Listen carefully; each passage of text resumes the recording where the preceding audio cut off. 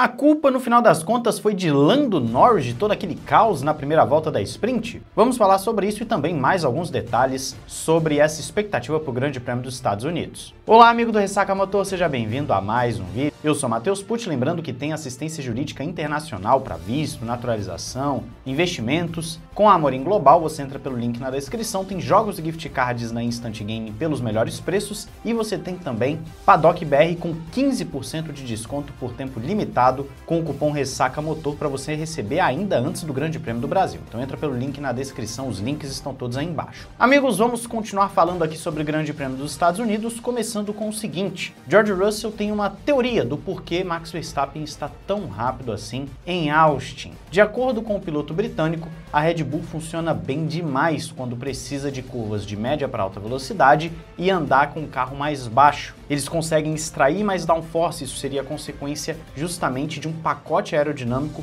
melhor desenvolvido para esse tipo de situação, o que pode ter muito a ver com as atualizações da Red Bull por si só, uma vez que a McLaren era o grande carro nessas circunstâncias no início do ano. Então a Red Bull consegue ter mais confiança, o carro anda mais baixo, gera mais pressão aerodinâmica, mas ainda assim também continua sendo muito rápido com o seu ajuste. O Verstappen teria muito mais confiança, principalmente naquele setor sinuoso, no primeiro setor em que você tem aquela sequência esquerda-direita, porque ali seria necessário você não somente ter a confiança no carro, mas também lidar com o vento. Se o vento desestabiliza muito fácil o carro, você perde muito. E o Verstappen estaria sofrendo menos com os ventos fortes. E esses ventos têm atrapalhado, a gente vai falar sobre isso já já. Então o Verstappen lida melhor com isso, o carro da Red Bull lida melhor com isso, e aí você junta a própria pilotagem do Verstappen com o carro da Red Bull, e no final das contas tem um Verstappen na pole position e também vencendo a sprint agora como favorito para vencer a corrida. Mas falando ainda sobre esse combo,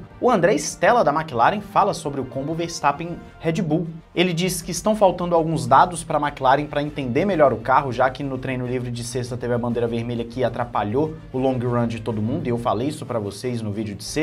Na sprint não participaram basicamente, abandonaram na primeira volta, então não conseguiram colher os dados, então eles estão com dificuldades de entender onde acertar o carro para melhorar. E aí fala sobre o vento, eles estão tendo problemas com o vento sim, principalmente naquela parte do primeiro setor, mas ele fala que, num geral, o pacote Red Bull Verstappen é o mais rápido da Fórmula 1 novamente. Isso vindo do André Stella, do chefe da McLaren. Você pode falar que ele está querendo colocar a pressão lá no Verstappen, ok, você pode dizer isso, mas a fala dele não está longe da realidade. Aparentemente, esse combo realmente é o mais rápido. Pode ser que o carro da McLaren ainda seja um pouquinho superior, mas o Verstappen consegue colocar esse carro da Red Bull à frente. Então é o combo piloto mais carro. Nunca é só carro e nunca é só piloto. Sempre os dois juntos. E o Verstappen, sendo um piloto excepcional com um carro que agora é capaz de vencer, tem entregado performances muito chamativas. Para esse final de temporada, então, para animar o campeonato, acaba sendo um grande refresco para a própria Fórmula 1.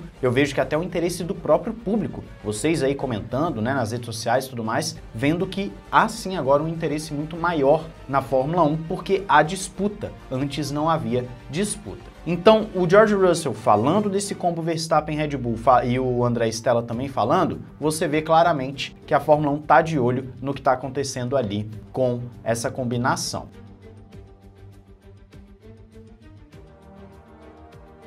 Bom, o que está acontecendo com Oscar Piastri? O jovem piloto simplesmente não está andando bem esse final de semana, está ficando muito para trás, e a explicação é a seguinte: de acordo ainda com o Stella, o chefe de equipe, o Piastri é um piloto que vai aprendendo ao longo da sessão, ele vai entendendo melhor o carro, entendendo como se comportar, como evoluir, e como não teve acesso a esses dados, né, não teve prática de pista, conforme citamos há pouco, o Piastri está um pouco perdido. Isso justificaria ele estar tão atrás assim, de acordo com o Stella. Outra coisa interessante é que tanto o Piastri quanto o Lando Norris têm reclamado justamente da incapacidade de levar o carro no limite sem ter problemas, porque parece que estão no limite de travar as 4 rodas, os 4 pneus. E se você for gentil demais, acaba não tendo tempo de volta, acaba não tendo o retorno na tabela. Então, no final das contas, os dois pilotos estão tendo que lidar com os ventos, mas ao mesmo tempo eles não podem ir no limite do carro, porque senão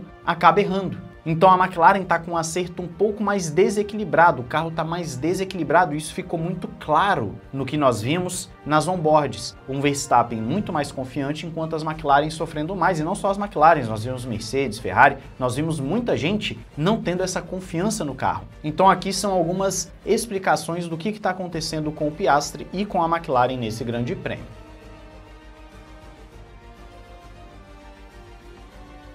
O Fórmula 1 no análise técnica chamou a atenção para uma coisa curiosa. Lando Norris poderia estar muito mais próximo, até mesmo brigado pela pole position, se ele tivesse feito uma volta boa. Por que isso? Eu vou mostrar para vocês agora na telemetria que a volta anterior do Lando Norris, ela estava sendo melhor mesmo. Só que justamente por não ter essa confiança no carro e não estar conseguindo extrair o máximo dele, comete muitos erros, muitos pequenos erros. E com esses erros, perde muito tempo. Então a gente vai dar uma olhada agora na telemetria. Olhando aqui então para a telemetria, você vê em azulzinho Verstappen, em laranja a melhor volta do Lando Norris, aquela que foi a última, e em branco a penúltima volta. Aqui, por muito pouco, não foi melhor do que a própria melhor volta do Norris. Então veja o seguinte, você tem mais branquinho do que laranja. Você já vê claramente que o Lando Norris estava sendo mais rápido na sua volta anterior do que na última. Você também vai reparar aqui no gap que o Lando Norris foi, depois da primeira curva, basicamente consistentemente mais rápido na sua volta anterior. Só no finalzinho é que ele perde para o que seria a melhor volta dele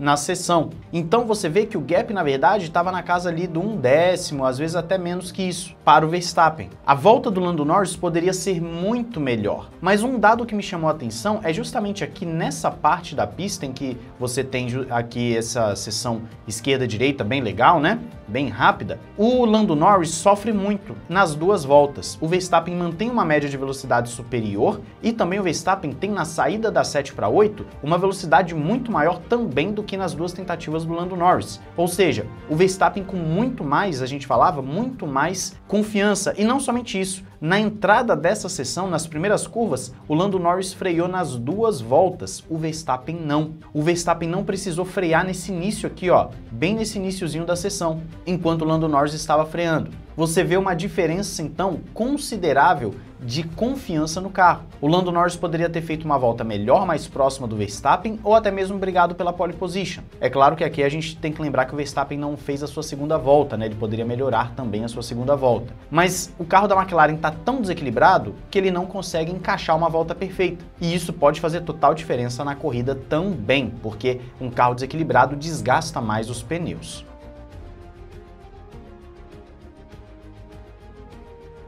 Por último, pra gente encerrar o vídeo, então, de quem foi a culpa? Eu falei no vídeo, né, no primeiro vídeo da sprint, assim que acabou a corrida, eu falei, Hülkenberg fez um strike. Eu falei num tom de brincadeira, como citei até numa outra oportunidade, e vocês falando, a culpa foi do Piastri, a culpa foi do Piastri. Eu achei totalmente incidente de corrida. Mas agora uma análise do Automotor no Esporte trouxe uma visão curiosa sobre o assunto. E a visão é a seguinte, falando de forma bem resumida, até pra gente não perder muito tempo aqui, o Lando Norris retarda a frenagem, ele erra a frenagem. E isso gera reação em cadeia. Por quê? Porque abre a janela para o Piastri colocar ali por dentro dele e com isso atingiu o Hülkenberg. E aí o Hülkenberg atinge o Alonso, o Piastri vai lá no Norris, enfim, vira aquela confusão. Mas a frenagem errada, tardia, equivocada do Lando Norris é que gera essa janela. E aí eles colocam assim, na primeira curva de Austin, Lando Norris freou tarde demais e causou uma reação em cadeia. Nico Hülkenberg colidiu com Oscar Piastri, Alonso também foi atingido, tanto McLaren quanto Alonso foram eliminados. A gerência da corrida viu o incidente como acidente normal de corrida, sem nenhum culpado principal, e eu concordo, tá?